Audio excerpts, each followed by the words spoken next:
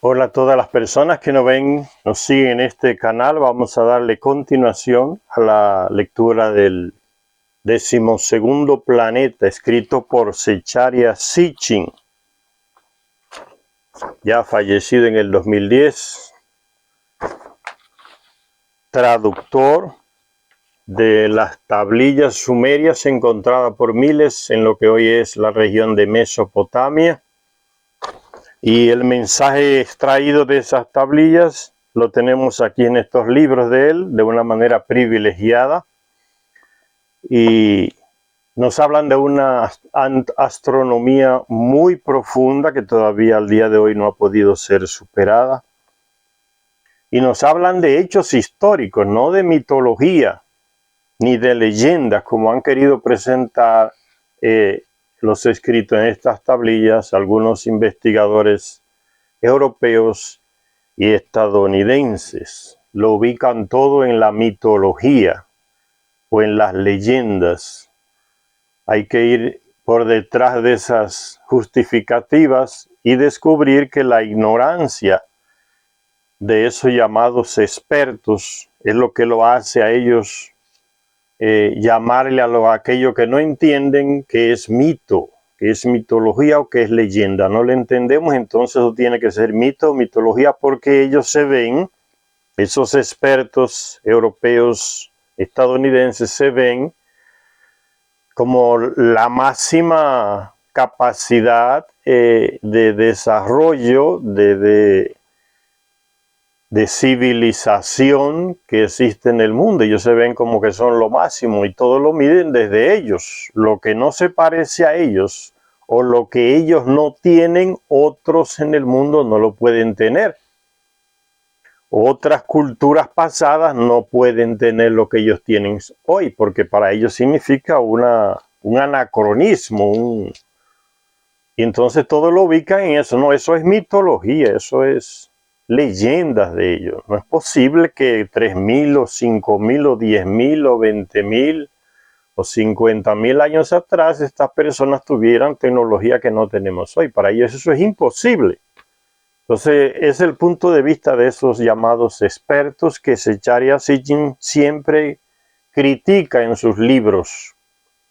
Zecharia Sitchin escribió como 10 o 11 libros sobre las tablillas, extraídos de las tablillas, sus lecturas, y nos presenta esa realidad y esa crítica a esos llamados expertos. En la última parte que leíamos sobre las ciudades que fueron repartidas entre los principales líderes de estas personas que vinieron del 12º planeta y las ciudades que ellos fundaron, las instalaciones tecnológicas que ubicaron en esas ciudades, personas con miles y miles de millones de años más avanzados tecnológicamente, psicológicamente que nosotros. Entonces, cosas que ni la imaginamos ya sucedieron y tenemos el privilegio de ver esas cosas en estos libros. Entonces nos hablaban de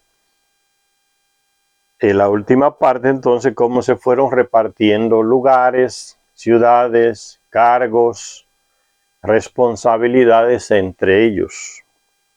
Sigue diciendo la lectura. De la hermana de Enlil y Enki, la enfermera Niñursak, o llamada también Sud, después llamada Ninmat, tampoco se olvidaron. Enlil puso a su cargo, Enlil era el comandante en jefe de ellos aquí en la tierra, y residía ahí en una ciudad en Mesopotamia. Entonces repartía cargos, responsabilidades. Y llegó una etapa en que ellos también se le asignaban a los principales líderes constelaciones, dependiendo de lo que hacía el sujeto aquí, de ellos, qué tipo de trabajo, qué tipo de actividad. Entonces, dependiendo de esos aspectos, se le asignaba una constelación. Virgo, Toro, cordero, cosas así se le asignaban. Entonces, como se le decía en el video anterior, el nombre de las constelaciones no se le puso porque esas agrupaciones de estrellas tuvieran forma de una virgen o de un león, de un cordero, de una serpiente o de un dragón o de un toro, sino que el nombre se le puso a esas constelaciones que tenemos el día de hoy ya listadas en el espacio, se le puso en referencia a la actividad que ellos tenían aquí, algunos de ellos, y no dependiendo de que esas agrupaciones de estrellas pudieran tener una forma de un carnero, de un animal o lo que fuera. Muchos expertos europeos y estadounidenses cayeron en ese error y Zecharia Sitchin los cuestiona por eso, porque ellos imaginaban que los sumerios le habían colocado el nombre a esas agrupaciones de estrellas y ellos veían que no tenía ninguna forma de ese animal, de ese pez cabra, de esa ballena, de ese toro. No tenía ninguna forma de ese animal, de un guerrero, Sagitario.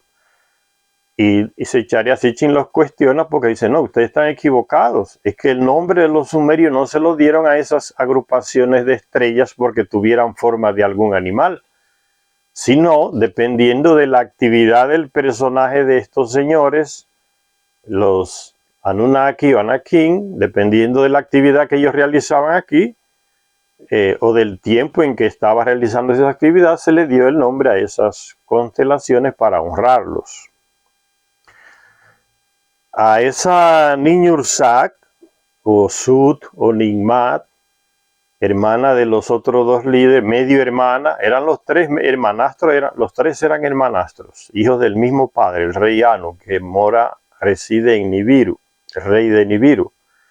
Entonces eran los tres jefes principales aquí en la tierra, ellos tres. A Ningmat se le dio, o Ninhursag, o Nut, se le honró, dándole el nombre de la constelación Virgo. Ella no pudo casarse nunca porque su padre Anu le prohibió y la envió aquí al planeta, como envía a sus tres hijos, a sus dos otros medio hermanos también. Entonces ella se le veía como doncella, como Virgo, pero no en el sentido de lo que la vemos hoy, como una mujer que no ha tenido relaciones sexuales, no. Simplemente que no estaba casada, pero tenía hijas e hijos. A ella se le honró con la constelación que se le llama Virgo. Un tiempo después, o miles de años después, ella le cedería esa honra, ese nombre de esa constelación a una de ellas también llamada Ningmat, llamada Inanna o Ishtar en otro idioma. Se le honró a Inanna, a Ishtar, con el nombre de la constelación de Virgo, como si ella fuera la doncella. Ninhursag o Ningmat se la cedió. Sigue diciendo la lectura entonces: mientras se fundaban estos centros de mando, de organización social, de ciudades, la finalización de Nippur, que era la ciudad central donde residía Enlil, el comandante en jefe, donde tenía su residencia. Mientras se fundaban estos centros, la finalización de Nippur vino seguida por la construcción del espaciopuerto de los Nefilim, Anakin o Anunnakis en la tierra. Los textos dejan claro que Nippur era el lugar donde las palabras, las órdenes, se pronunciaban. Ahí era que estaba el comandante en jefe, entonces las órdenes salían lógicamente de ese lugar. Enlil ordenaba hacia el cielo, dice, al cual los brillos se elevaban como un cohete celeste.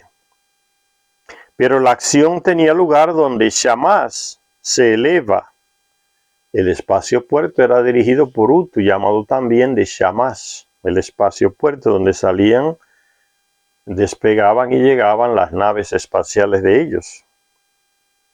La acción tenía lugar donde Shamash se eleva. Y ese lugar era, Zecharia Sitchin coloca el ejemplo del Cabo Kennedy aquí en Miami, que tienen los estadounidenses para lanzar naves al espacio, o más bien para administrar desde ese centro el lanzamiento de las naves al espacio. Dice Zecharia Sitchin, ese lugar donde comandaba Utu Shamash era como el Cabo Kennedy de los Nefilim, de los Anunnaki. Y era la ciudad llamada Sikpar, donde vivía y tenía su residencia ese Anunnaki llamado Utu Shamash. Y Sikpar era la ciudad pájaro, ciudad de las águilas, porque era desde ahí donde lanzaban las naves, el espacio puerto, como ya les mencioné, y donde estaban los astronautas, que se les asemejaba como a hombres águilas, no es porque tuvieran alas como los pájaros, como las águilas o rostro de águilas, sino una imagen para decir los que podían elevarse en el cielo como las águilas, volar en sus naves espaciales. El jefe de las águilas, o sea, el comandante en jefe de los astronautas, donde los cohetes de varias fases se elevaban dentro de su enclave espacial, dentro del recinto sagrado. Cuando Shamash maduró para tomar el mando de los cohetes ígneos, o sea, del espacio puerto, y con el tiempo convertirse también en el dios de la justicia, fue uno de los primeros en su ciudad, ahí en Sikpar, que elaboró leyes como una jurisprudencia para regirse en su ciudad, y miles de años después, cuando fueron creados los terrestres, él le transmitió esos conocimientos jurídicos a los terrestres. O sea, los primeros conocimientos jurídicos de esta civilización de la que formamos parte los transmitió ese Utu Shamash ahí en su ciudad Sikpar. Por eso dice Zecharia Sitchin, el dios de la justicia. A él se le asignaron las constelaciones de Escorpio y de Libra, que tiene la imagen de la balanza, esa constelación que se le asigna a uno de los signos del zodíaco. Completando la lista de las 7 primeras ciudades de los dioses, ahí en Mesopotamia, y su correspondencia con las 12 constelaciones del zodíaco, estaba otra ciudad llamada Larak, donde Enlil puso al mando a su hijo Ninurta. Ninurta fue el primer hijo de Enlil, que lo tuvo con su media hermana que ya mencionamos, Ninursak o Sut o Nigmat, cuando vivían allá en Nibiru.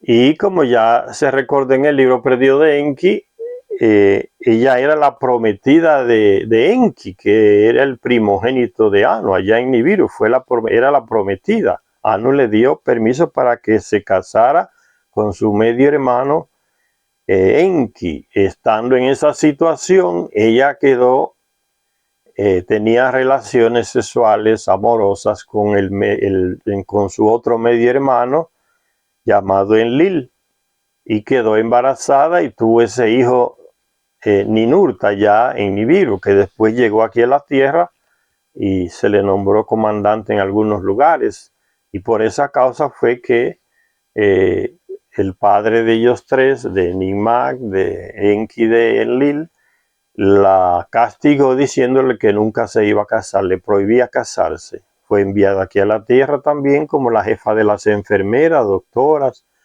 era también bióloga, genetista, y se quedó en esa situación, con hijas sí, con hijos, pero nunca pudo casarse. Entonces ella tuvo ese hijo con su medio hermano Ninurta, con su medio hermano Enlil, llamado el hijo Ninurta. En esa ciudad Larak, Enlil puso a ese hijo suyo, Ninurta, a gobernar, a dirigir, y para que levantara su residencia llamada templo por los terrestres en esa ciudad del Arak. Las listas de las ciudades le llaman Pabilsac o Gran Protector a ese Ninurta, que es el mismo nombre que recibía la constelación de Sagitario. Ven, dependiendo de la actividad, como ya le expliqué, que tenía ese personaje aquí en la Tierra, era que se le ponía el nombre a una constelación, pero no porque la constelación tuviera forma de Sagitario, sino porque ese personaje aquí, al que se honró con esa constelación, tenía como el significado del nombre que él tenía o del apellido que se le dio, Pabilsac, Gran Protector, que es el mismo nombre que recibía la constelación de Sagitario. Sería poco realista pensar que las 7 primeras ciudades de los dioses entre comillas, porque nunca fueron dioses, ni son, se fundaron sin ton ni son. Podría pensarse así, pero no fue así, fue toda una planificación.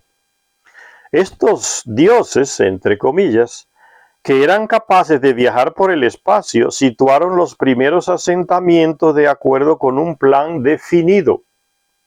No fue al azar, sirviendo a una necesidad vital: poder aterrizar en la Tierra y poder abandonarla para volver a su planeta. ¿Cuál era el plan maestro?, se pregunta Zecharia Sitchin. Mientras buscamos una respuesta, nos haremos una pregunta. ¿Cuál es el origen del símbolo astronómico y astrológico de la Tierra? Un círculo dividido en dos por una cruz en ángulo recto, el símbolo que utilizamos para identificar un objetivo. Si ustedes ven, encima de un edificio a veces o de una plataforma petrolera hay un lugar donde aterrizan, donde posan los helicópteros, y ese lugar está siempre, señalado por un círculo con una cruz adentro, y está el símbolo aquí. Se usa al día de hoy, fíjense, y viene ya de ellos. Ellos crearon ese símbolo para marcar un lugar de aterrizaje o de pozo, más bien, de una nave. Este símbolo se remonta a los orígenes de la astronomía y la astrología en Sumer, y es idéntico al jeroglífico egipcio que significa lugar. Ahí, en ese lugar tiene que posar esa nave. Y fíjense que el símbolo es un círculo con una cruz adentro, que llegó también a significar el símbolo del planeta de ellos, de Nibiru, el planeta del cruz, el 12º planeta. Y al día de hoy, señores, mire cuántos miles de años ese símbolo se sigue usando para lo mismo. En esa cruz, dentro de un círculo, ahí posa el helicóptero, sea encima de un edificio, encima de una plataforma petrolera, en un aeropuerto, un lugar donde posa el helicóptero. Y se pregunta Zecharia Sitchin, ¿es esto una coincidencia o una evidencia significativa? ¿Aterrizaban los nefilín en la tierra imponiendo sobre su imagen o mapa algún tipo de objetivo? Los nefilín eran forasteros en la tierra, porque vinieron de su planeta. Mientras exploraban su superficie desde el espacio, mientras exploraban la superficie de la Tierra desde el espacio, debieron prestar especial atención a las montañas y a las cordilleras. Estas debían representar cierto riesgo durante los aterrizajes y los despegues, pero también podían servir como puntos de referencia para la navegación. Por ejemplo, hay 2 montañas, pueden ser un obstáculo para la nave que viene descendiendo hacia una llanura que está más al frente, pero también pueden usarse esas 2 montañas como una referencia. La nave viene desde arriba, y si ve las montañas primero, entonces ya sabe que ese es el camino. Entonces ellas pueden hacer el papel como de balizas, o sea, indicadores de que siguiendo la línea que pasa por encima de ellas o en medio de ellas, se va por el camino correcto al lugar de aterrizaje de la nave. Eso es lo que está queriendo decir Secharia Sitchin, no es nada complicado. Hoy se hacen con luces, no con montañas. Aunque hay lugares que sí, que todavía se usan montañas, porque los aeropuertos son muy complicados de llegar, pero normalmente se usan como balizas luces de color morado, que desde la altura el piloto las ve y sabe ya que esa es la pista de aterrizaje que le corresponde, porque son unas luces diferenciadas de las otras, en línea recta. Y eso es lo que está queriendo decir Secharia Sitchin aquí. Dice, atención, montañas y a las cordilleras. Estas debían representar cierto riesgo durante los aterrizajes y los despegues, pero también podían servir como puntos de referencia para la navegación. Sí, mientras volaban por encima del océano Índico, los nefilim miraban hacia la tierra entre los ríos, o sea, hacia la región de Mesopotamia, que habían elegido para sus primeros esfuerzos colonizadores, verían un punto de referencia incontestable, el monte Ararat. Entonces, que los guiaba a ellos para ubicarse por donde debía ser el aterrizaje. Para situarnos un poco aquí, ellos venían por acá y para ver el punto de aterrizaje por aquí se guiaban por un monte grande que existe aquí, llama el monte Ararat, aquí en Turquía, entre Turquía y Armenia. Entonces el monte está por aquí altísimo y ellos que vienen a descender por aquí ya ven el monte y se guían para el aterrizaje en esta región que es llana, aquí donde estaba el espacio puerto, primero de ellos antediluviano, antes del diluvio. Entonces dice el monte Ararat, un macizo volcánico extinto este monte. El Ararat domina la meseta de Armenia, donde en la actualidad se encuentran las fronteras de Turquía, de Irán y de Armenia, de esos tres países. Se eleva en los lados este y norte hasta los 900 metros de altitud y en el noroeste hasta los 1500 metros. El macizo tiene unos 40 kilómetros de diámetro, un inmenso torreón que emerge de la superficie de la tierra. Es como una baliza natural para indicar el camino. Otros rasgos lo hacen resaltar no solo en el horizonte, sino también desde la altura, desde los cielos. En primer lugar, está situado casi a mitad de camino entre dos lagos, el lago Van y el lago Sevan. En segundo lugar, dos picos se elevan desde el alto macizo, el pequeño Ararat, que tiene 3.900 metros de altitud, y el gran Ararat, que tiene 5.100 metros, o sea, más de 5 kilómetros de alto. Y el gran... ninguna otra montaña rivaliza con las solitarias alturas de estos dos picos, que están permanentemente cubiertos de nieve. Son como dos brillantes balizas entre los dos lagos que a la luz del día actúan como reflectores gigantes para indicarles el camino a las naves que vienen desde el espacio. Tenemos razones para creer que los nefilim eligieron su lugar de aterrizaje coordinando un meridiano norte-sur con un punto de referencia inequívoco. Una cultura tan avanzada no va a hacer las cosas así por así, a lo loco, como se dice, sin ton ni son, sino que todo fue planificado. Tenían la tecnología y la capacidad para desde el cielo ver los lugares más adecuados para ellos llegar con sus naves, aterrizar con sus naves, amerizar con sus naves, despegar también con sus naves. En el norte de Mesopotamia, los fácilmente identificables picos gemelos del Ararat serían un punto de referencia obvio, un meridiano trazado a través del centro del doble Ararat cortaría por la mitad el río Éufrates. Ese era el objetivo, el lugar seleccionado para el espacio puerto.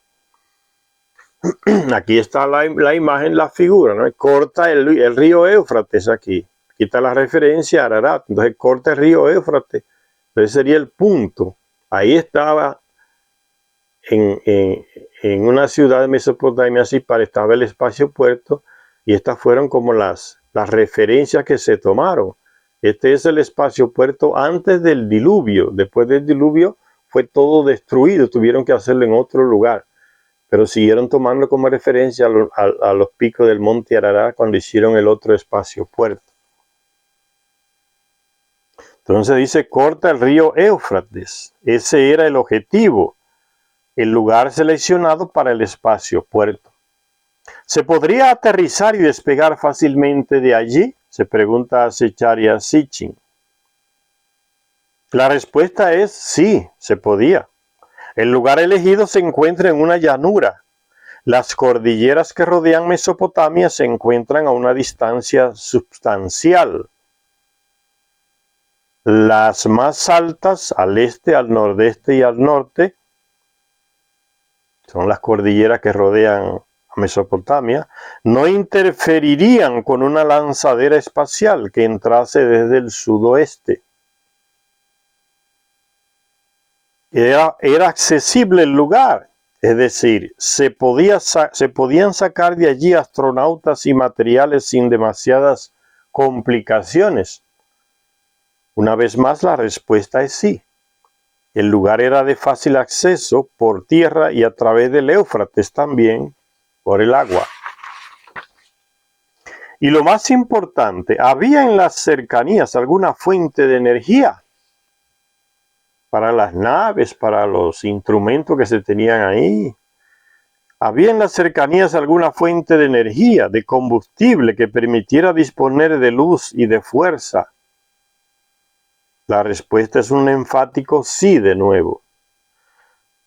La curva del río Éufrates, donde se estableció Sippar, era una de las fuentes más ricas de la antigüedad en betumes de superficie,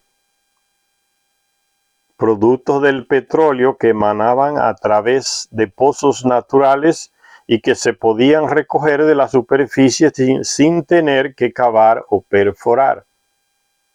Podemos imaginarnos a Enlil rodeado por sus tenientes en el puesto de mando de la nave espacial, trazando la cruz dentro del círculo en un mapa. Quizás preguntara, ¿qué nombre le daremos al lugar que hemos marcado? ¿Por qué Sippar?, viene la pregunta.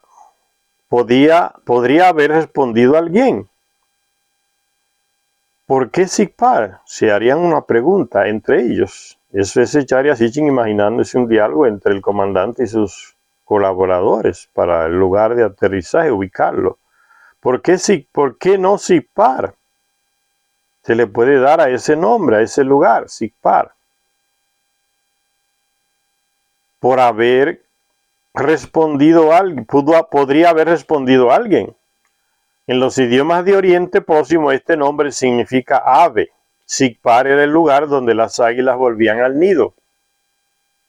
Está hablando de las naves, donde las naves regresan a posar y son guardadas, resguardadas también. El espacio puerto era el nido de las águilas. La imagen, ¿ven? La imagen para el espacio puerto y las naves. Ese es el nido de las águilas, Sippar, ciudad pájaro.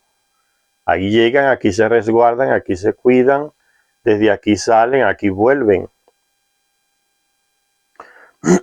Lugar donde las águilas volvían al nido. Tomaron esa imagen de esa ave, el águila, para hacer referencia a los astronautas.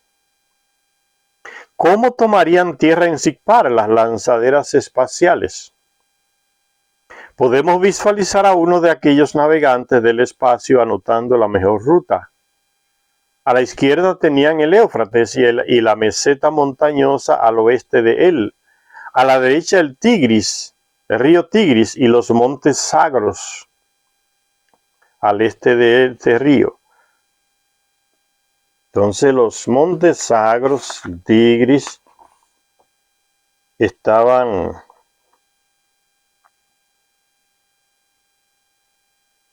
está hablando de estos dos ríos, el Tigris y el Éufrates, y estas fueron las ciudades que ellos fundaron.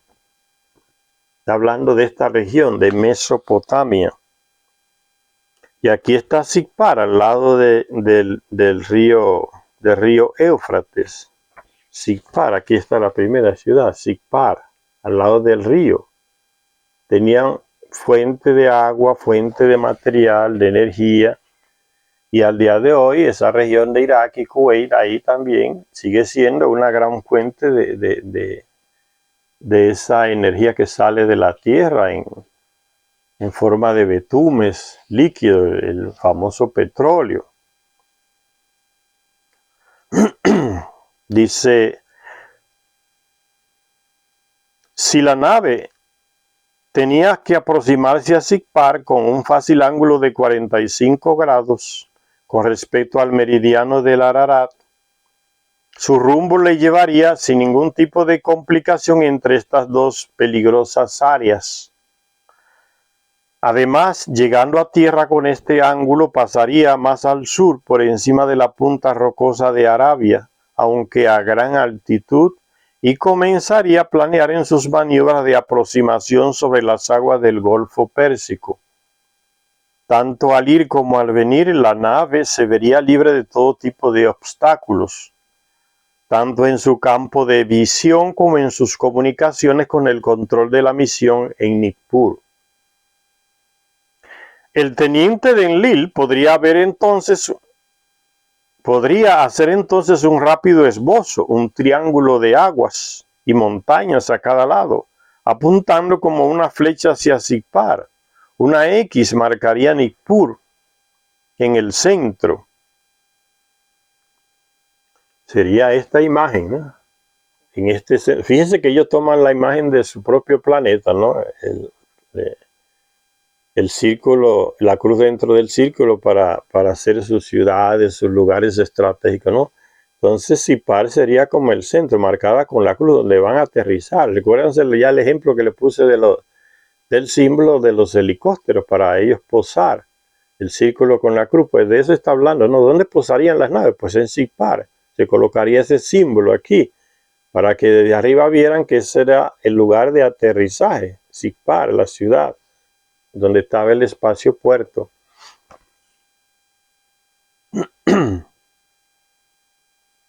Y sigue diciendo entonces, se marcaría una X a Nippur en el centro. El teniente de Enlil podría hacer entonces un rápido esbozo, un triángulo de aguas y montañas. Un triángulo de aguas y montañas, está aquí, ¿ve? Un triángulo de aguas y montañas. Aquí están las aguas. Aquí y aquí están las montañas. Un triángulo de aguas, montañas. Y en el centro entonces estaría Sicpar, la ciudad de las águilas, ciudad pájaro, donde está el espacio puerto.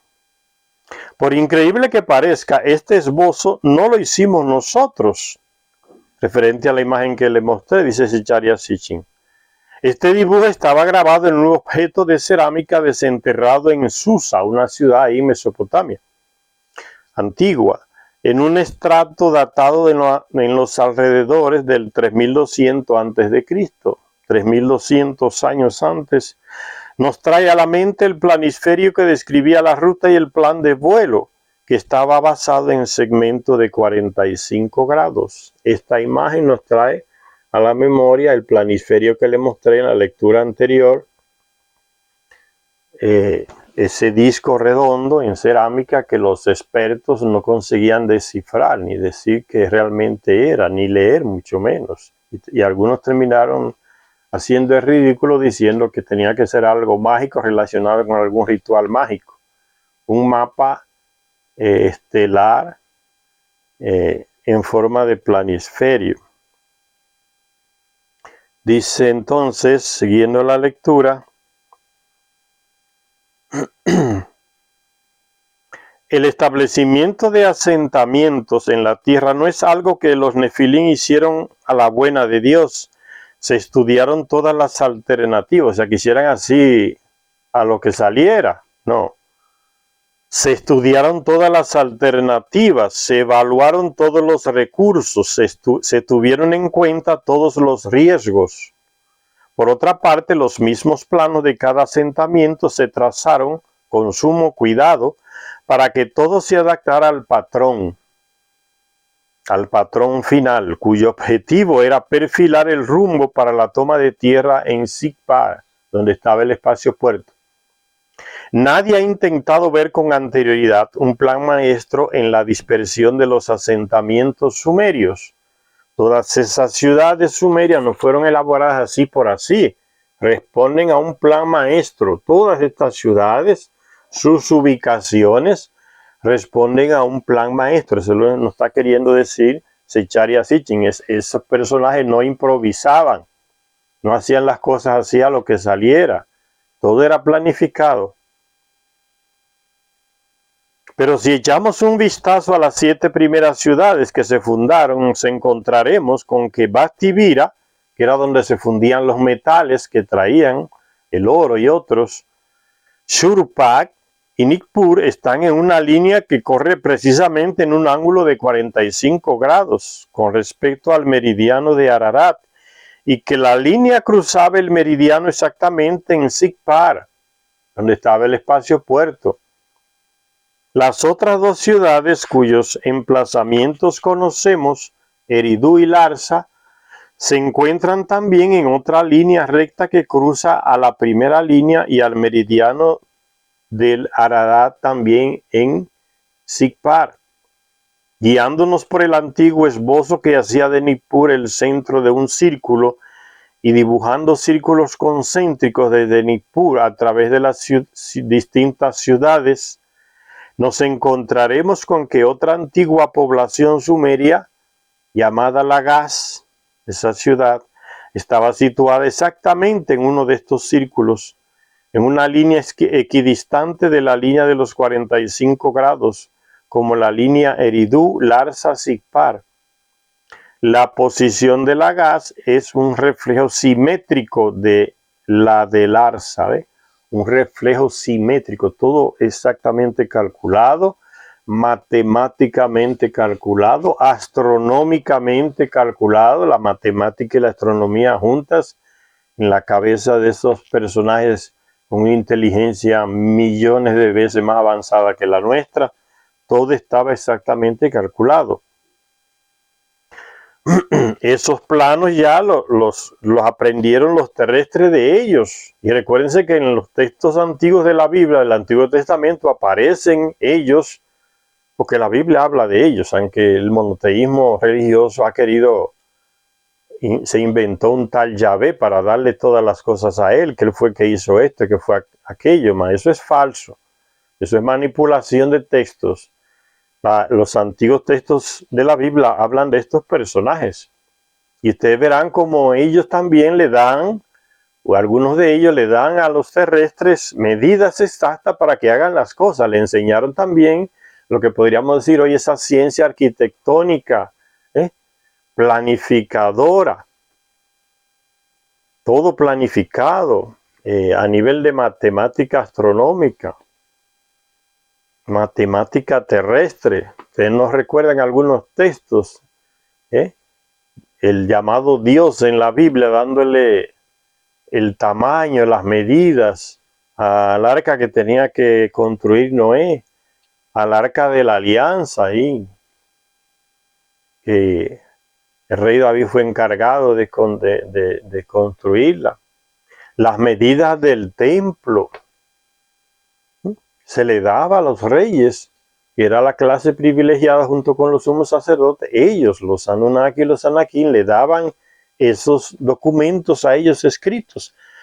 Y a los mismos Anunnaki, otros personajes más superiores a ellos, también les dieron esquemas ya escritos en tablillas. La visión sueño de Enki, de Enlil, y de aquel personaje Galsu, que le decía en la visión sueño y entregaba unas tablillas con unas medidas de lo que tenían que hacer. O sea, esa arquitectura que podríamos llamar divina, porque los terrestres le comenzaron a llamar dioses a ellos engañosamente. Esa arquitectura divina no viene de ellos. Esa matemática divina, podríamos decir, usando ese término religioso, no viene de ellos. Todo bien planificado, igual que hace un arquitecto o un medidor de terreno con sus aparatos midiendo todo exactamente para que todo cuadre en ángulos, en líneas, en círculos. Nos viene de ellos. De esto está hablando, o sea, todo fue elaborado, esas ciudades ahí en Mesopotamia de ellos, todo fue elaborado simétricamente para que no fuera una cosa como de locos, así por así o por azar. Por eso se le llama entonces, uno dice la matemática divina, la arqueología divina, la arqueología, no la arquitectura divina, porque viene de ellos. Se la enseñaron a los terrestres y le daban los mapas. Cuando un rey quería construirle una residencia a uno de ellos mismos se encargaban de enviarle al rey o de presentarle el plano personalmente. Mira, aquí están a las cosas según estas medidas. Y el rey buscaba especialistas, arquitectos y gente que sabía de construcción y le mostraba los planos. Esto es lo que el Dios, los señores, esto es lo que ellos quieren o lo que él quiere que se construya. Y en tal lugar, aquí están las medidas. Y los arquitectos, constructores, entonces llevaban a cabo la obra. No vino de ellos ese conocimiento que al día de hoy. Por eso nos enseñaron a construir ciudades, a construir canales, a construir represas, a construir residencias enormes. No viene de allá, de ellos. Y de esto es que está hablando Zecharia Sitchin.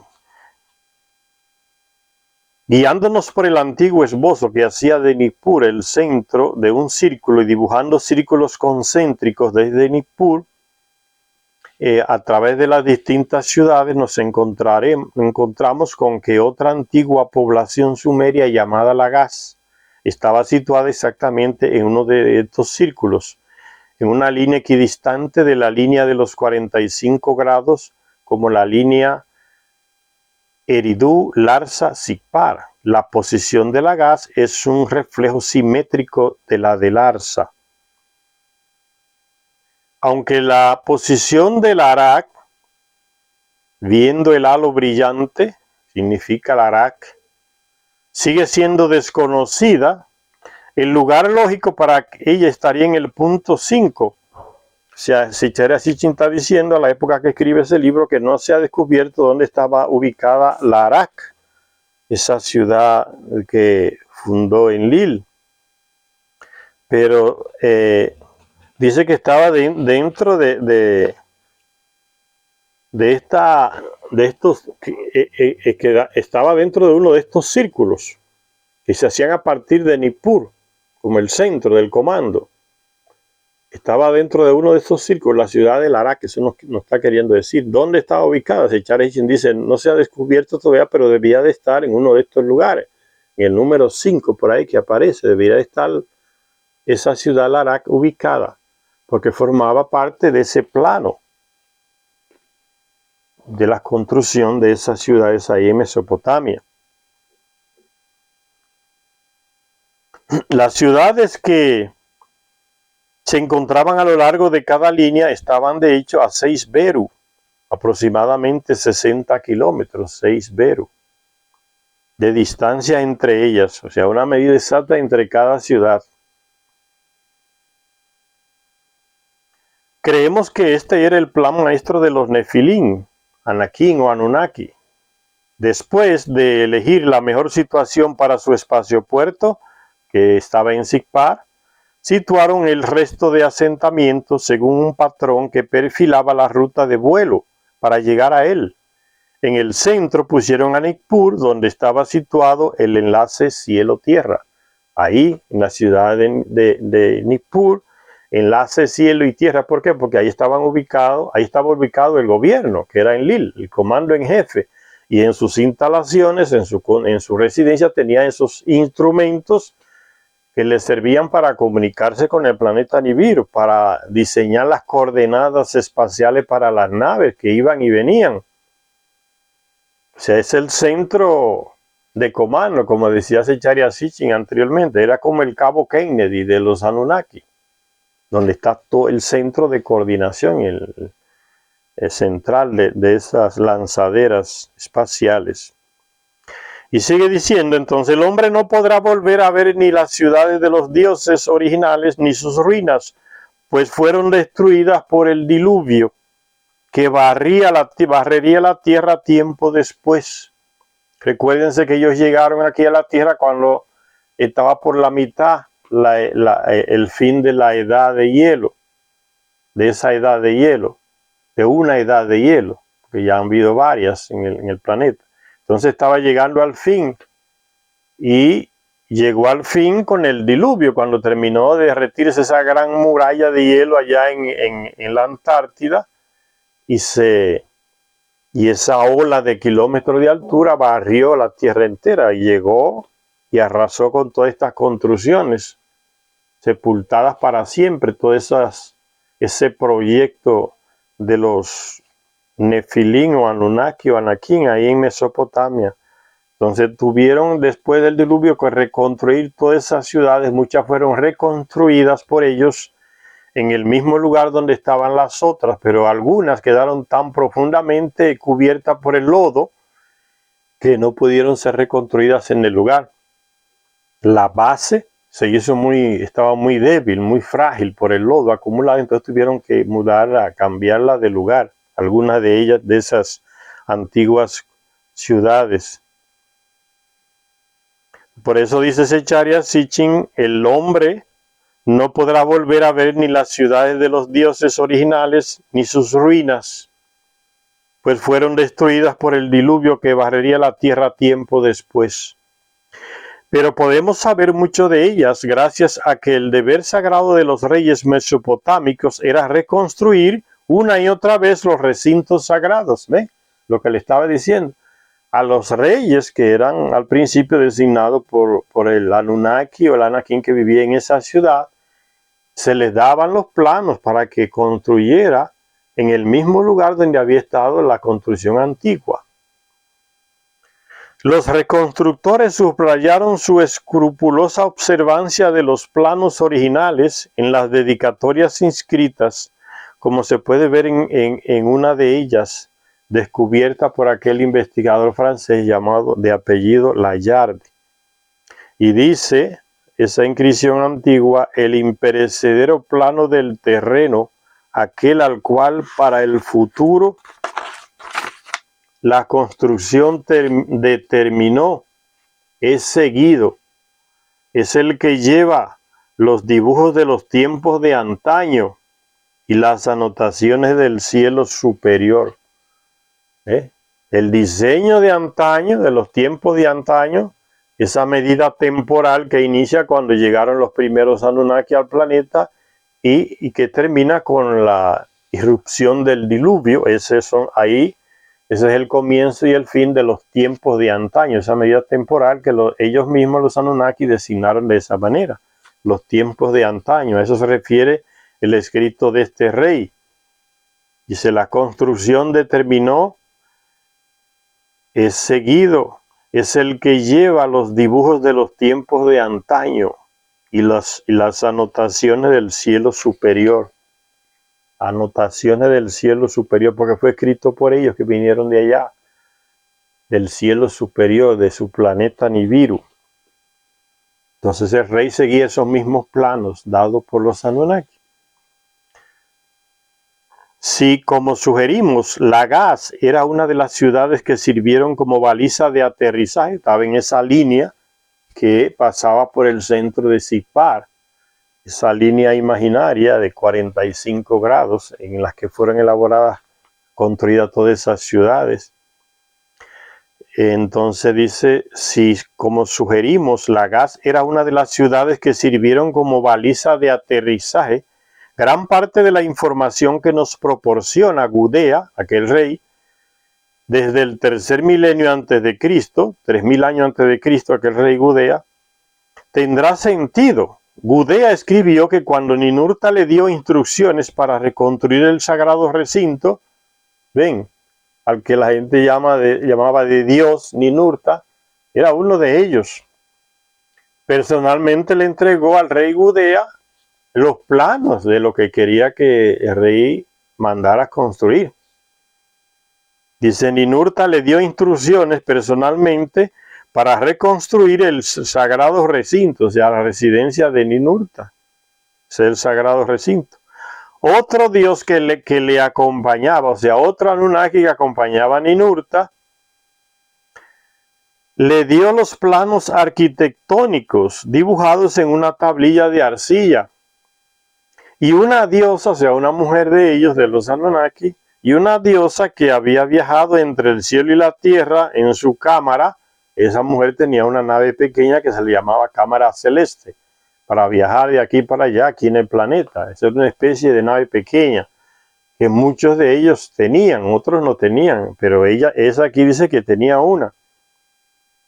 una pequeña cámara, una cámara celeste se llama. Dice, una tercera acompañante de Ninurta, una mujer, una diosa, dice que había viajado entre el cielo y la tierra en su cámara, le mostró a Gudea un mapa celeste y le dio instrucciones sobre los alineamientos astronómicos de la estructura. ¿Ven?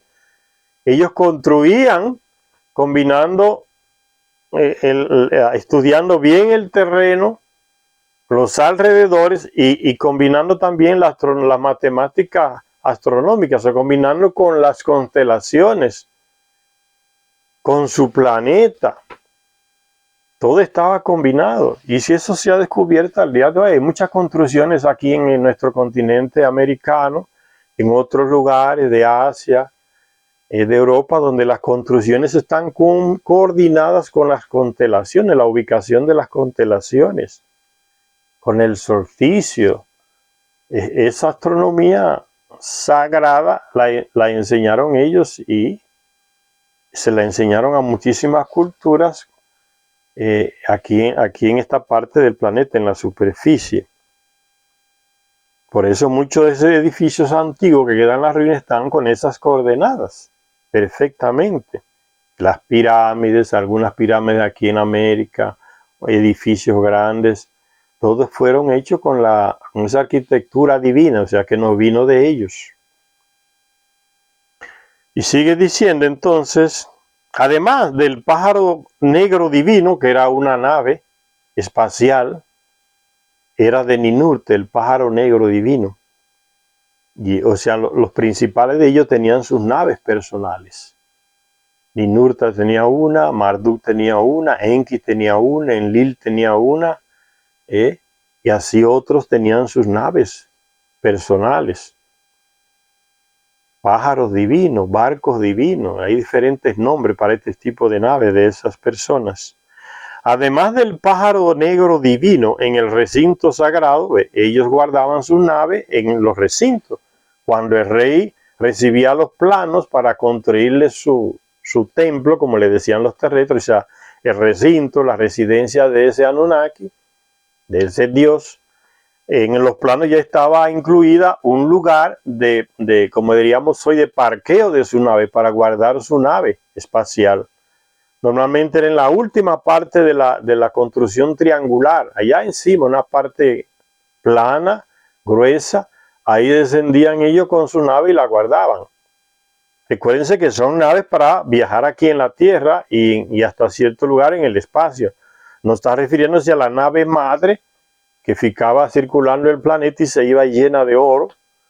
Está hablando, aquí hay diferentes tipos de naves. Entonces, el pájaro negro era una de esas naves personales de Ninurta. En caso aquí era de Ninurta, y en la construcción se le indicaba en el plano en qué lugar ese local iba a ser construido. Normalmente en la parte más alta de la construcción triangular, piramidal, que se le construía a ese llamado Dios.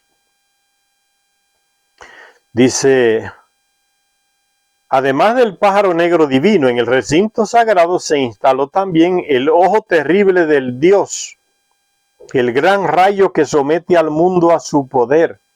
Después de echar así, sin explicar qué serían estos instrumentos. y el controlador del mundo, cuyo sonido podía reverberar en todas partes. Por último, cuando se terminó la estructura, se elevó sobre ella el emblema de Utu, mirando hacia el lugar elevado de Utu, hacia el espacio puerto de Sigpar.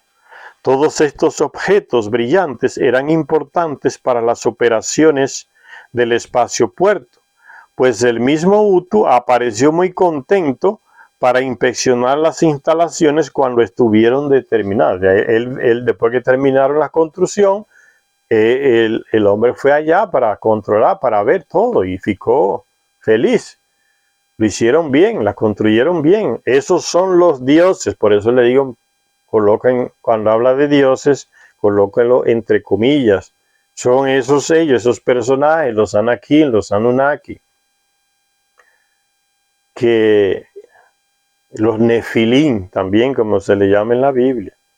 Entonces, cuando leamos esos términos aquí de divinos, hay que verlos desde ese punto de vista, Son personas de otro planeta que le enseñaron a los terrestres engañosamente que ellos son dioses.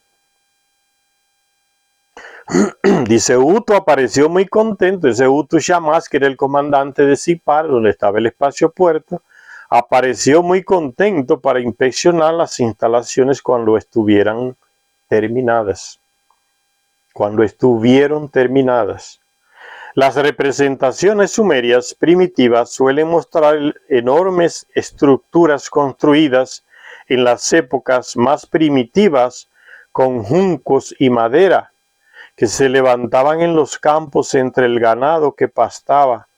La suposición común de que esas estructuras debían ser establos para el ganado se contradice. Vean, los expertos otra vez de nuevo equivocándose. Y se echaría así criticándolo solapadamente. Suponían que esas estructuras en el campo abierto donde pastaba el ganado, a veces estos expertos suponían que debían ser establos para el ganado. Y esta suposición, dice Secharia Sitchin, se contradice con los pilares que invariablemente se ven sobresaliendo de los tejados de esas estructuras. Aquí están diferentes estructuras con salientes en los techos. ¿Ven? Los expertos pensaban que eso eran establos para ganado. Entonces, ¿para qué estas salientes? La ignorancia hace que ellos nombren lo que no entienden con el nombre que ellos les daba la gana. Una ridiculez. No son. Eso es mitología. Eso es leyenda. Eso era para guardar el ganado. Aquello era para hacer ejercicios o oraciones o magia. Esas estupideces de esos expertos. Secharia Sitchin desvenda. ¿Qué son todas estas salientes? Son antenas. Antenas para algún aparato que había ahí instalado. Dice, la suposición común de que esas estructuras debían ser establos para el ganado se contradice con los pilares que invariablemente se ven sobresaliendo de los tejados de las estructuras. Aquí se ve cómo se lleva una de esas estructuras en un barco. Va en un pequeño barco, aquí van dos remando, aquí va el personaje central y aquí se nota un aparato que tiene también como unas antenas. Eso viene a recordar un poco la imagen de la famosa, de esa arca que cargaban los David, su gente, el arca de la alianza, que dice que mataba al que se acercaba a ella, estaba revestida en oro, entonces tenía unas barras grandes de madera para poder cargarla, o sea, tenía radiactividad o electricidad en una potencia enorme. Son aparatos de ellos para comunicación. Dice, el propósito de estos pilares, como se puede ver, era el de dar soporte a unos o más pares de anillos cuya función se desconoce, dice Zecharia Sitchin. Pues Zecharia Sitchin tiene la humildad de decir, no sé, función desconocida, no sé para qué sería, pero no inventa diciendo, eso es mitología, como hacen los llamados expertos. Él dice simplemente, no se sabe para qué era ese círculo aquí debajo que le daba sustento a las antenas. ¿Para qué? Zecharia Sitchin, no sé, yo no sé para qué. Eso que le da sustento a las antenas aquí debajo. Esa es la humildad del que sabe. Contrario al orgullo del ignorante, que cuando no sabe, dice un disparate, le sale cualquier cosa. La ignorancia es así, es siempre se va por lo superficial. Ahora me viene a la mente la actuación, eso es cultura en muchos países, señores. Y como están las redes sociales ahora y esa comunicación mundial llamada internet, mucha gente copia errores de otras culturas, los asume como propios.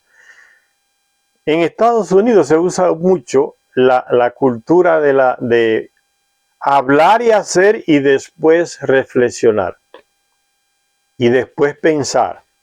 Sueltan lo que le venga, lo primero que le llegue a la boca. No importa si va a ofender, si va a destruir famas personales o lo que sea, si va a ser un disparate enorme. Después que sueltan el disparate, entonces es que reflexionan sobre lo que hicieron, aparecen unas disculpas y un pedido de perdón. Eso es común y mucha gente copia esa actitud, hace cosas y dice cosas puro disparate, porque no para pensar antes de hablar.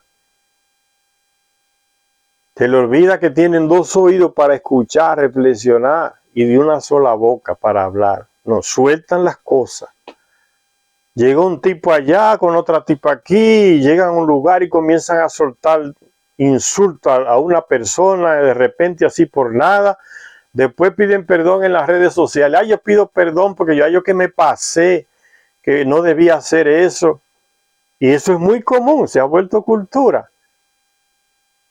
Señor, piense lo que va a decir. ¿Por qué? Por la ignorancia, por la falta de formación. Soltar disparate y después correr a pedir perdón, como si todo se resolviera con una disculpa. No es así que funciona la cosa, no todo se resuelve con un sorry, con un excuse me, como se usa allá en Estados Unidos. No, hay cosas que usted las quiebra y es como el huevo, no hay manera de restablecerlo como estaba antes. No, yo pido disculpas a la familia porque ofendí, sí, pero va a tener que pagar por la mierda que hizo, ¿no? Piense primero.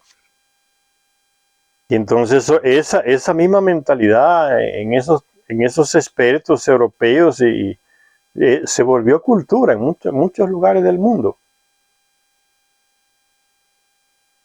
Hablar disparate, decir y hacer disparate y después entonces aparecer arrepentido. No, que eso estuvo mal, no debía haber hecho. Y con cara compungida, pero cuando lo estaban haciendo, eran capaces hasta de matar al que le dijera lo contrario. No, eso está mal, espera, no hagas eso. Eran capaces de matarlo, porque era un orgullo y una fuerza y un convencimiento. Por eso cuando piden disculpas nadie se lo cree, porque la palabra disculpa no tiene ni la mínima fuerza de la que usaron para hacer y decir los disparates que estaban haciendo y diciendo. Ellos mismos se desacreditaron. ¿Quién va a dudar de que esos tipos van a hacer lo mismo de nuevo? ¿Ustedes creen que por esa disculpa que pidió ya se curó de ese actuar irresponsable? Dispare y después averigüe qué fue. Así que actúan. Entonces, hay que asumir las consecuencias. Esos expertos que no saben lo que son, dicen, no, eso son cosas para el ganado. Después entonces de muchos años dicen, estábamos equivocados. Es diferente a decir que todo el mundo se equivoca. Eso no es una justificación para hacer y hacer tomar actitudes que parecen de gente salvaje, no de gente que tiene razón para pensar y analizar antes de. Eso es propio de humanos. Es una propiedad humana, no es de los... Es humano, es de nosotros, pensar antes de hacer. Dice, el propósito de los pilares, como se puede ver, era el de dar soporte a uno o a más pares de anillos, entre comillas, cuya función se desconoce, reconoce Zecharia Sitchin. Pero, aunque estas estructuras se levantaran en los campos, habría que preguntarse si en realidad se hicieron para alojar ganado. Los pictogramas sumerios representan la palabra Dur o Tur, que significa morada, lugar de reunión, dibujando lo que sin ninguna duda representa a las mismas estructuras que muestran en los sellos cilíndricos, pero dejando claro que el principal rasgo de la estructura no era el cobertizo para guardar ganado, sino las antenas. En la entrada de los templos y dentro del recinto sagrado de los dioses también se ponían pilares con una especie de anillos. Dice, en la entrada de los templos y el recinto donde moraba el Anunnaki. El recinto sagrado, que creían que eran dioses. Se colocaba ese tipo de construcción, de antena. Era una protección. Era una protección que colocaban ese tipo de cosas. Entonces no era para guardar ganado, porque ¿cómo a guardar ganado delante de la casa de la construcción del Anunnaki, que tenía las mismas construcciones así parecidas? No era para guardar ganado, porque ¿quién iba a guardar ganado al lado de la casa de esos señores? Bueno, el ganado estaba en el campo. Entonces las estructuras responden a otro tipo de utilización, no para guardar el ganado. Ahí se colocaban enfrente de los templos, o sea, de la residencia de ellos, de los llamados dioses, estas estructuras.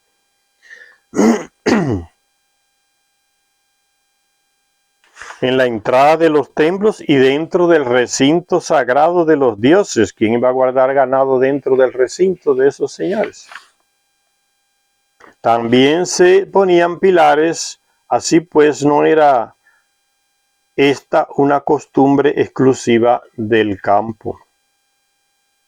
¿No serían estos objetos antenas conectadas a un equipo emisor? Se hace la pregunta Zecharia Sitchin. ¿No serían esa especie de anillos emisores de radar situados en los campos para guiar a la lanzadera que llegaba? Formaba parte de ese plano del sistema de aterrizaje, captar señales. ¿No serían dispositivos de escáner que aquellos pilares con algo parecido a un ojo? Los ojos que todo lo ven, como ya se dijo, de los dioses de los que muchos textos hablaban. Los ojos de los que todo lo ven. Aquí están, ¿ve? En la estructura se ven como ojos, ¿ven? Como si fueran ojos. A eso se refiere, los ojos de los que todo lo ven. ¿Se colocaban para qué? Como una especie de radar, para proteger las estructuras donde estaban los aparatos de ellos.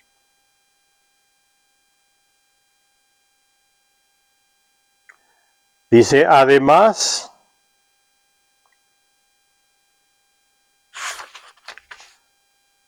estas cajas negras,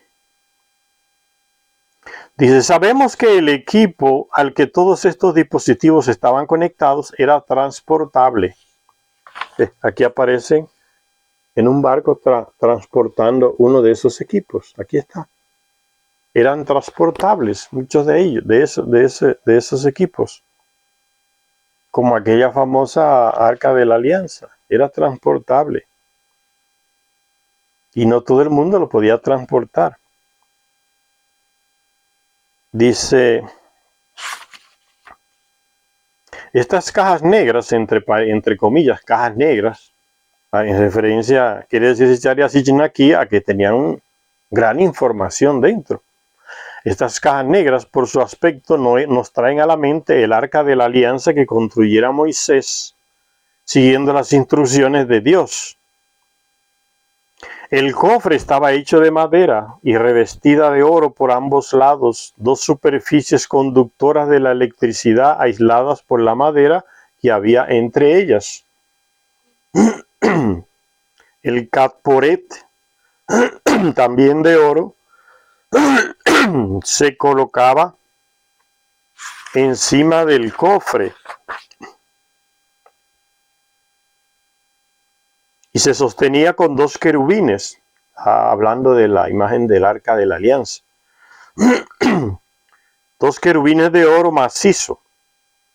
No está clara la naturaleza del carboret, que según especulan los expertos significaría cubierta. Pero este versículo del Éxodo sugiere su propósito, cuando dice: me dirigiré a ti desde arriba del carporet, de entre los dos querubines. Era un aparato de comunicación que tenía una fuente de energía muy, muy grande, que era capaz de matar al que la tocaba. Que era lo que evitaba que los sacerdotes especiales, designados especialmente para cargar el arca de la alianza, que no la podía cargar cualquier persona, que no tenía la protección. En el mismo texto bíblico dice que uno de ellos se acercó, que no tenía la protección, y fue fulminado, o sea, un choque eléctrico de miles de voltios. El oro era la conductividad y la madera era el que aislaba. Ahí podían asegurarla y cargarla. La idea de que el arca de la alianza fuera, dice, pero este versículo del Éxodo siempre sugiere el propósito del arca de la alianza, cuando dice: me dirigiré a ti desde arriba del carporet, entre los dos querubines. Ellos dos especies de seres alados que estaban encima del arca de la alianza. La idea de que el arca de la alianza fuera principalmente una caja de comunicaciones alimentada eléctricamente se fortalece por las instrucciones dadas en lo relativo a su transporte. Los Anunnakis, en la Biblia dice que fue el Dios que le dio las instrucciones a Moisés. Las instrucciones que se le dio cómo debía ser transportado este aparato, este objeto. Dice, había que llevarla con dos largas varas de madera, son los aislantes, que debían pasar a través de 4 anillos de oro. Nadie debía tocar el cofre en sí. Y en cierta ocasión en que un israelita lo hizo, cayó muerto al instante, como si hubiera sido fulminado por una descarga eléctrica de alto voltaje. Es lógico que un equipo tan aparentemente sobrenatural, en la mentalidad de esas personas terrestres de esa época, eso era algo sobrenatural porque no conocían la tecnología. ¿Ven lo que les digo a veces? El que conoce avanza, el desconocimiento causa miedo, causa terror, causa desastre. Por el desconocimiento el tipo se acerca y toca una fuente de energía muy, muy, muy potente y cae fulminado. ¿Cómo es que ellos se interpretan? Dios lo mató. ¿Ve? La ignorancia hace ese tipo de reflexión. Es Dios que lo mató.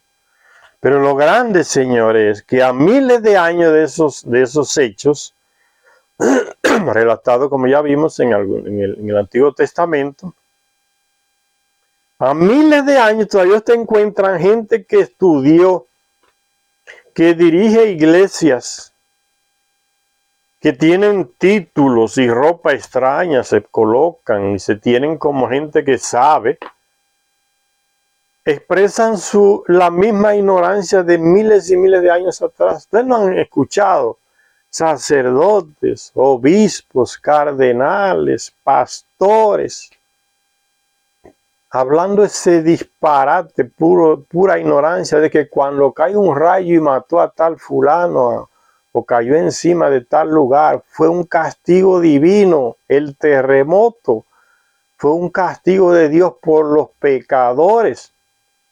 El ciclón fue un castigo de Dios porque había demasiado perversidad moral.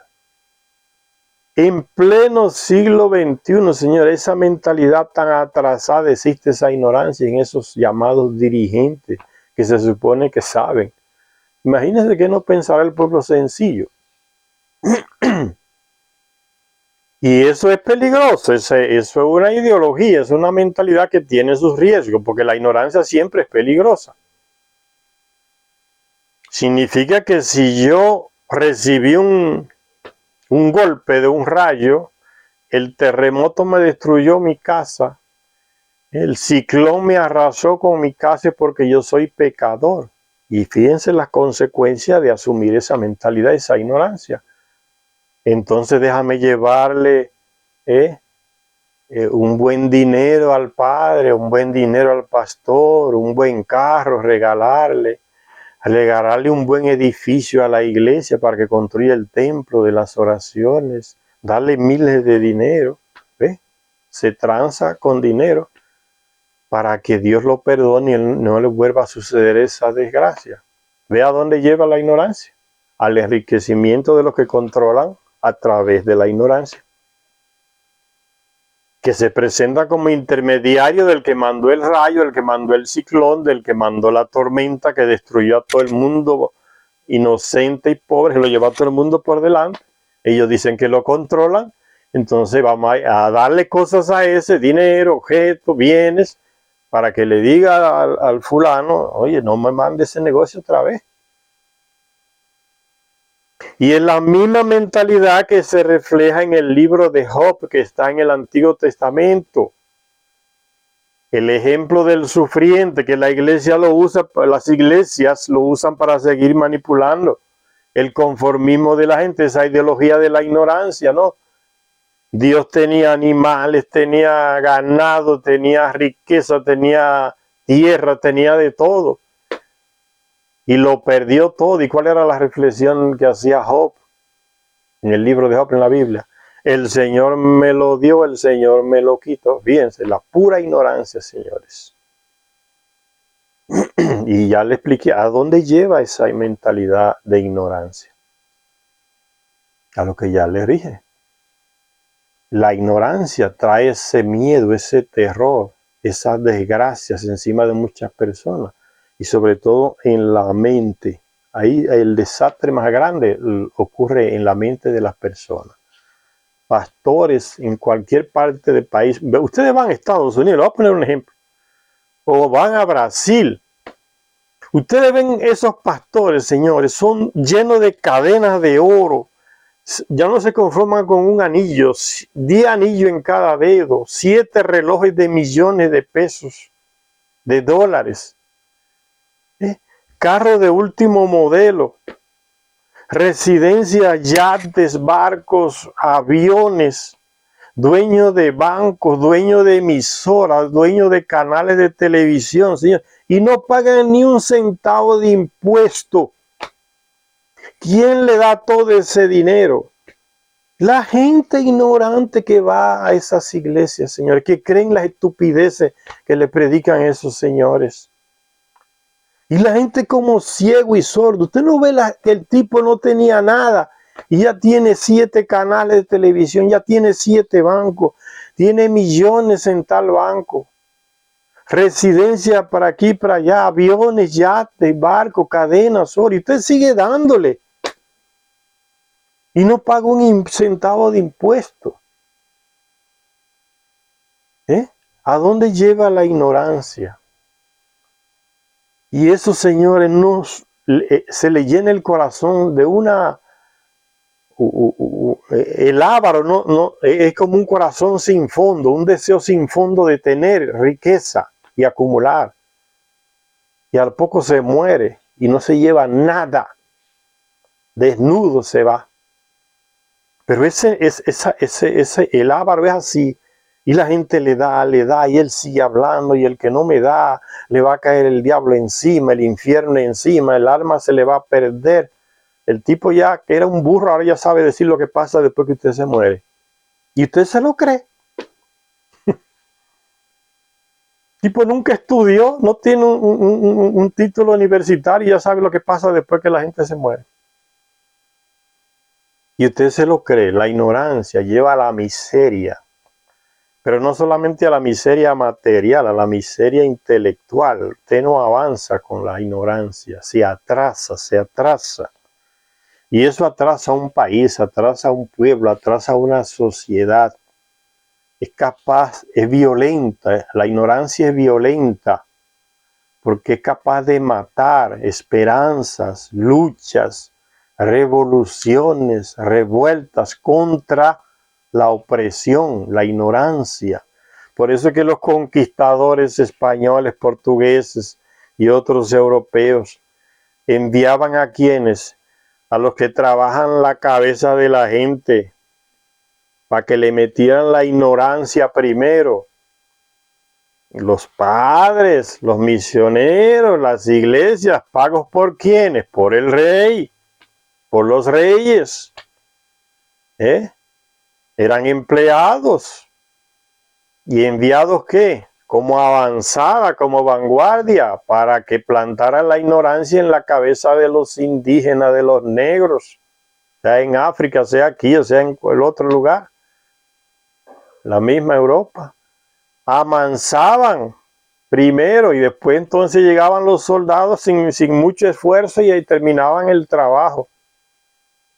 Le amansaban, le metían la ignorancia. ¿Y cuál era la ignorancia? La religión.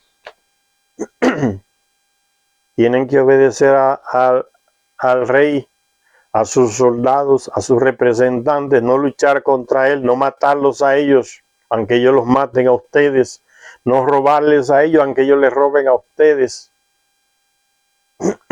Porque ellos son designados por el Dios que les predicamos. Esa es la historia, señores. El que no lee desde ese punto de vista, yo no sé qué historia que está leyendo. O estará leyendo la historia que es capaz de celebrar la matanza de los indígenas cada 12 de octubre de cada año. Y decir que es una celebración porque ellos vinieron a civilizar. Solo eso celebran. Ahora, si usted lee y entiende, no va a hacer esa estupidez. Ven, hasta dónde llega la ignorancia. La política de la ignorancia ya se convirtió en política de Estado. ¿Qué es lo que hacen los medios occidentales con lo que está pasando en Ucrania? Manipular la mente de la gente. Los malos son los rusos. Donde quiera que estén hay que eliminarlos. Parar los negocios con ellos. Hay que hacer todo lo posible para que se hundan esos malditos rusos. Porque nosotros somos los buenos que vamos a ayudar a la pobre Ucrania a defenderse de ese monstruo que son los rusos. Nosotros bombardeamos a Yugoslavia, bombardeamos a Irak, derribamos aviones civiles en Irán, invadimos casi todos los países de América Latina, tumbamos los gobiernos electos por el pueblo de ellos, matamos miles y miles. Y nadie nos llevó a la justicia, nadie nos llamó de diablos, nadie nos expulsó de las organizaciones internacionales, nadie nos expulsó de las instituciones de deportes mundiales. ¿Ve la hipocresía, señores? ¿Y eso quién lo transmite? Los medios de comunicación. La nueva religión. ¿Para qué? Para meterle la ignorancia a la gente. Ahora, cuando usted quiere y dice, yo no voy a caer en esa, usted tiene que buscar, si sigue viendo la televisión que le presentan en su país, que es de ellos, los medios de comunicación, todos los tienen controlados. Usted busca un medio ruso, un medio de noticias de Irán, un medio de noticias aquí en América Latina que sea independiente de esas grandes corporaciones que están todas conectadas con Estados Unidos, sea en Europa, sea aquí. Y ahí usted tiene otra visión, por eso la están prohibiendo.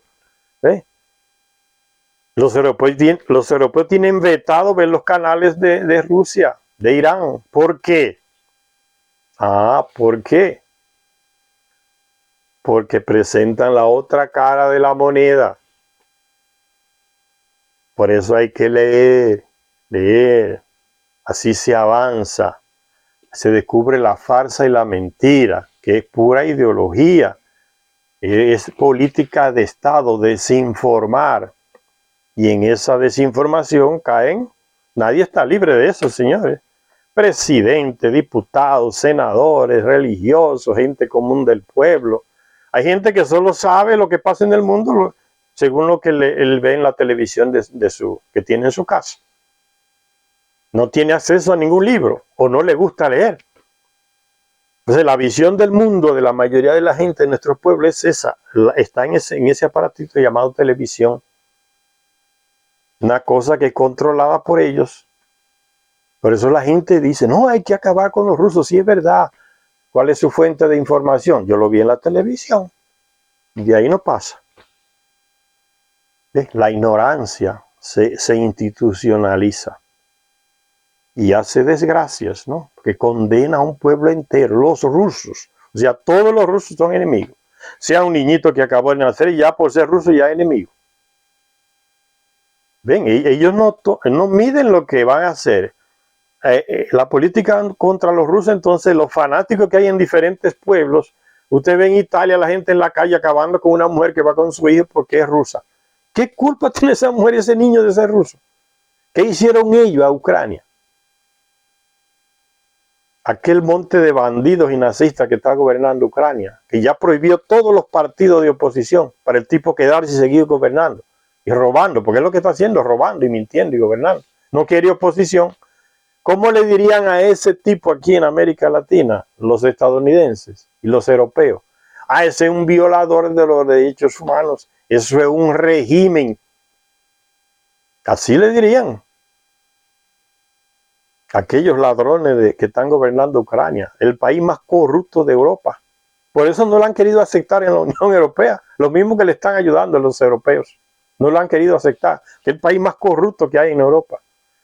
Y cuando se dice país se refiere a los gobernantes de ellos, no al pueblo en común. Esos son los que están ahí queriendo aparecer en todos los lugares del mundo. Ayuden a la pobre Ucrania, mándenle armas, no están acabando los rusos. Mentira. Esa es la gran mentira. Son asesinos, neonazistas, corruptos desde hace muchos años. Golpistas, todos los canales de televisión contrarios los cerró el tan Zelensky, aquel payaso mentiroso de Ucrania, lo cerró todos los de oposición, metió preso a todos los políticos de oposición y roba y roba y roba y roba y no paran. Aquí le llamarían, eso es un régimen dictatorial, no sé cuánto, que no tiene libertad y llega una comisión de la ONU, vamos a investigar lo que está pasando en Venezuela y en Cuba, están violando los derechos humanos, hay que ir allá. Esa es la hipocresía que le meten a la gente y la gente se lo cree y los medios lo repiten como una matraca, una campana, ¿no? Y diariamente, señores, diariamente, agarren los periódicos de sus países, van a ver, todo contra Rusia, todos contra Rusia. Nadie recuerda que Estados Unidos y Europa bombardeó a Yugoslavia, sin ninguna declaración de guerra por parte de Yugoslavia. La desgarró y la partió en miles de pedazos y mató miles de gente inocente. La desgarró hasta el día de hoy. Ahora son un monte de repúblicas distintas. Miren lo que hizo en Libia, en Irak. Y la gente no ve, no aprende. ¿Por qué? Porque no leen, no se le está dando la lectura, no se le tiene acceso a la lectura. El leer aclara la mente, así avanzamos, señores. Y terminando esta visión que hace Zecharia Sitchin de la comparación de estos aparatos con el arca de la alianza, dice que mató a un israelita que se acercó y la tocó, cayó fulminado. Es lógico que un equipo tan aparentemente sobrenatural, para ellos, los ignorantes, pues permitía comunicarse con la divinidad, y ellos no entendían eso. ¿Cómo que con este aparatico yo me puedo comunicar con uno de los dioses que está lejísimo? No entendían. Y al día de hoy todavía hay gente que no entiende. ¿Cómo que en un celular aparece mi imagen?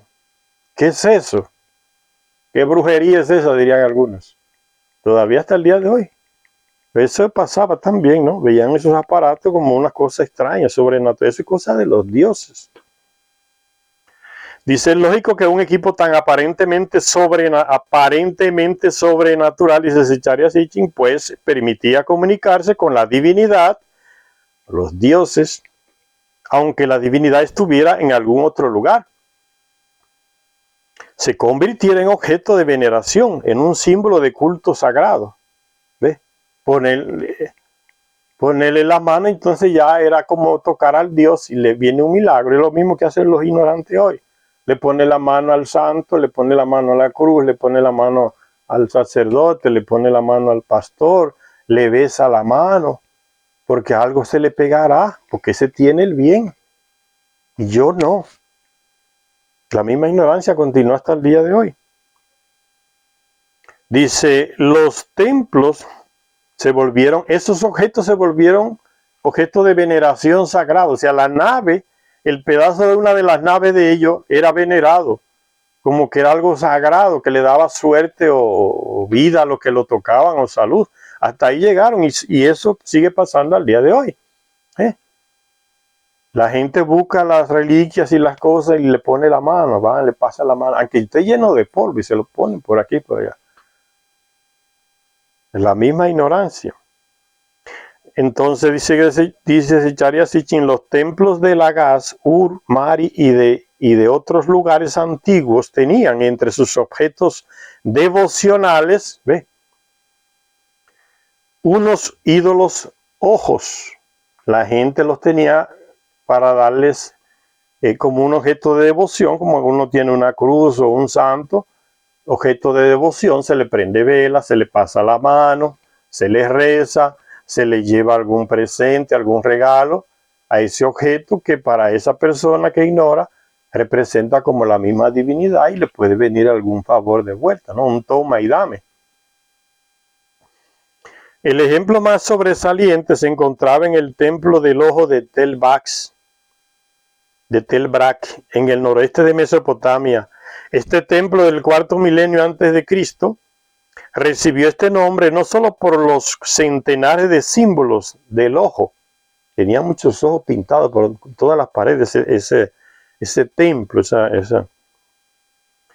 y que se desenterraron allí, sino principalmente porque en el lugar más sagrado del templo solo había un altar sobre el que se exponía una enorme piedra con un doble ojo simbólico. Solo había eso, aquí ve, un altar de piedra con dos ojos simbólicos. Está haciendo referencia a un aparato de comunicación. Ellos no conocen, no saben, son ignorantes, entonces lo adoraban como si fuera algo que tenga que ver con la divinidad, con Dios, y esperaban algún favor. La ignorancia comenzó cuando los Anunnaki se declararon dioses. Yo le puedo dar la resurrección a quien yo quiera, dijo Inanna, y el Mardú dijo, yo le puedo dar la vida eterna al que yo quiera. Ese par de mentirosos hasta el día de hoy sigue influenciando la humanidad a través de las distintas religiones, en puro engaño. Crean, si van a creer, crean en el creador de todo. Ese no es manipulable.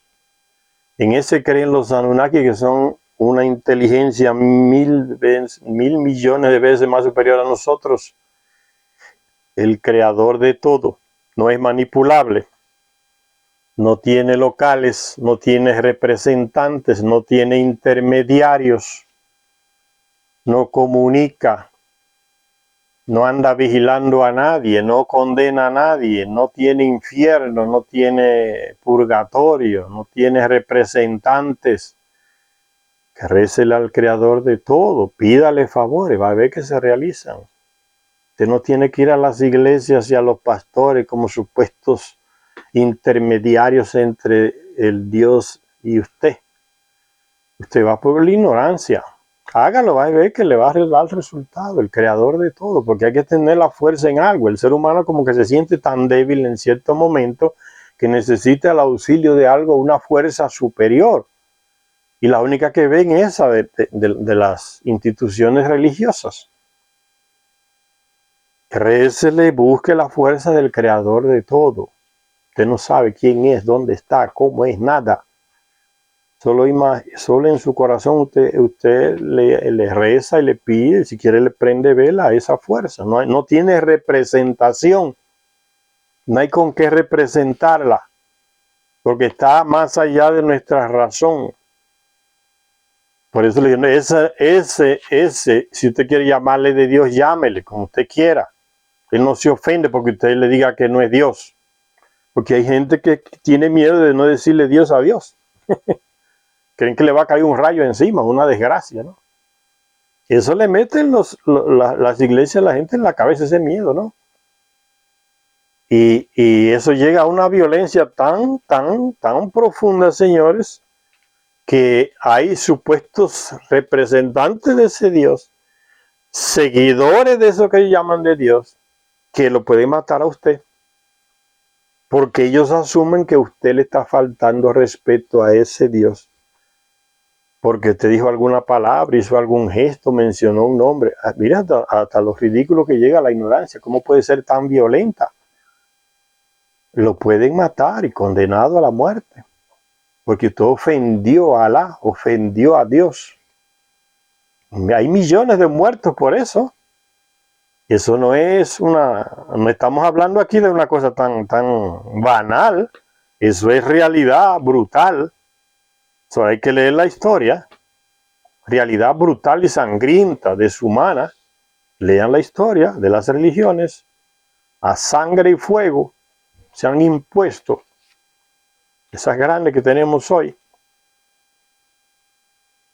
Para terminar la lectura, entonces, sigue diciendo aquí esta parte. Muy probablemente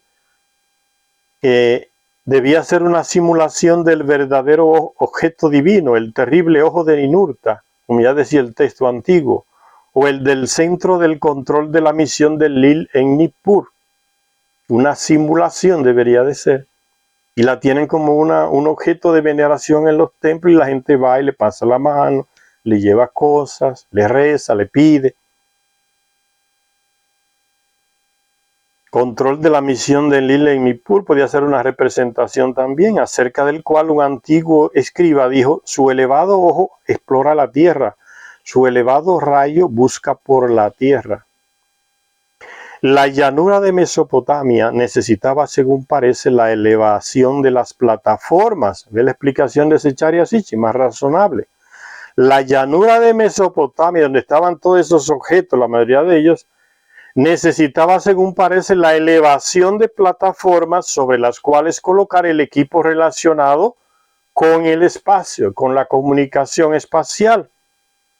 Ni los textos ni las representaciones artísticas dejan duda de que las estructuras iban desde las más primitivas cabañas de campo hasta las posteriores plataformas de varios niveles a las que había que subir por escaleras o rampas que llevaban desde un amplio nivel inferior, que era como la base, hasta un estrecho nivel superior, en forma de pirámide. En la cúspide del Sigurat, que es esa construcción piramidal, se construía la verdadera residencia del Dios, lo que le dije, ¿no? Allá arriba estaba el garaje, decimos hoy, de la nave del Dios, y su residencia. Él bajaba y entraba ahí, dormía, vivía, y nadie del común lo veía. Porque el no dejarse ver crea como un misterio en la cabeza del populacho, ¿no? Cuando un cantante quiere ser misterioso, él desaparece de la prensa. Los paparazzi andan para aquí, para allá y no encuentran al tipo. Y se matan y el tipo desapareció. Mientras más desaparecido, más misterioso. Entonces la gente se siente como más atraído. ¿Qué será? ¿Cómo estará? ¿Qué dirá? Cuando el tipo aparece de repente y manda un rayo de información o algo, eso sale en todos los periódicos, ¿no? Última noticia, fulano, y la gente loco por ver ese tipo. Pues esa misma técnica lo usaban los Anunnaki, nos viene de ellos, esconderse del populacho, y así se le tenía como personaje misterioso. Y terminamos diciendo entonces En la cúspide del Sigurá se construía la verdadera residencia del dios, rodeada por un amplio patio amurallado donde se albergaban su pájaro y sus armas. ¿Ves? La nave, que es el pájaro celeste, y las armas, tecnología muy avanzada de ese personaje, de ese dios, de ese Anakin, Anunnaki. En un Sigurá que se representó en un sello cilíndrico, no solo se muestra la habitual construcción escalonada, sino también dos antenas de anillo con una altura similar a la de 3 niveles. Aquí está, señores. Esta es la imagen. Vamos a hacer una parada. Gracias a todas las personas que nos ven. Esperamos que hayan aprendido algo, porque ese es el objetivo, que la gente aprenda y avance. Gracias a todas las personas que nos ven en este canal.